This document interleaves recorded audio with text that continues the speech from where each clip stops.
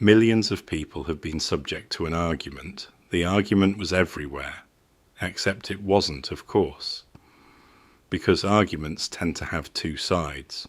But that didn't stop the governments, the media, the establishment, the corporations engaging in a nasty, never-ending, one-sided argument.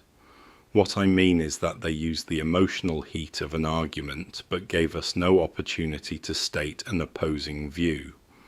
It felt immediately like there was total universal consensus. The one opportunity I had to take a counter-position to this view, I was shut down, which seemed odd. I mean, up until that point the media wanted me to take a side. You know the idea.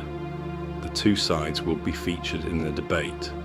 Left versus right, black versus white, Christian versus Muslim, capitalist versus socialist, whatever.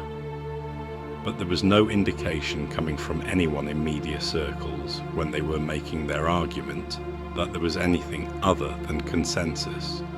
But there wasn't, of course. The political parties were in unison. The media was and is a united front. So the only conclusion we can come to is that the so-called pandemic marked a turning point in human history. We were no longer expected to take part in the charade that there were two sides to an argument.